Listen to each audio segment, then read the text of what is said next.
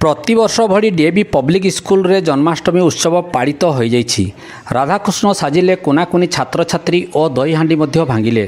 केन्दुझर सहर रे एक अग्रणी शिक्षानुष्ठान डीएवी पब्लिक स्कूल रे जन्माष्टमी उत्सव पालन करा जायथिला। शनिवार दिन स्कूल रो कोनाकुनी छात्र छात्री माने राधाकृष्ण बेशरे सजई होई विभिन्न कला प्रदर्शन करथिले। सेहिपरि स्कूल खेल पड़िया रे छात्र मानक द्वारा दही हांडी भांगिबा कार्यक्रम अनुष्ठित हो जायथिला। शिक्षानुष्ठान रो अध्यक्ष विजेंद्र सभापतित्वଙ୍କ नेतृत्व रे अनुष्ठित कार्यक्रम अनुष्ठान रो समस्त शिक्षक शिक्षयित्री एवं सहयोगी मध्य कर्मचारी माने सहयोग करथिले। भारतीय परंपरा और संस्कृति को शिक्षानुष्ठान रे अध्ययनरत विद्यार्थी मानक मध्यरे पुनर्जीवित करिबा पई एभली विभिन्न कार्यक्रम करा जाय बोली शिक्षयित्री और छात्र छात्री मानक मत रखिथिले।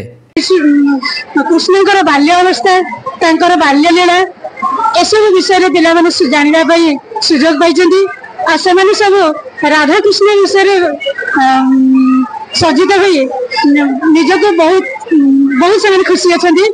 आ तांका भितरे जो आमे मध्ये से छोट बाल्य श्रीकृष्ण को देखी आमे बहुत आप्यायित होछु, बहुत आनंदित होछु। ए डीएवी स्कूल सब कार्यक्रम को भल भाव पालन करिथाए। आ समस्ते मध्य एथिरे ए संस्कृति परंपरा को बजाय रखिबा पई हम सर्वदा चेष्टित। केन्दुझर जिला राजेंद्र कुमार महाकुड़ଙ୍କ रिपोर्ट अनंत न्यूज।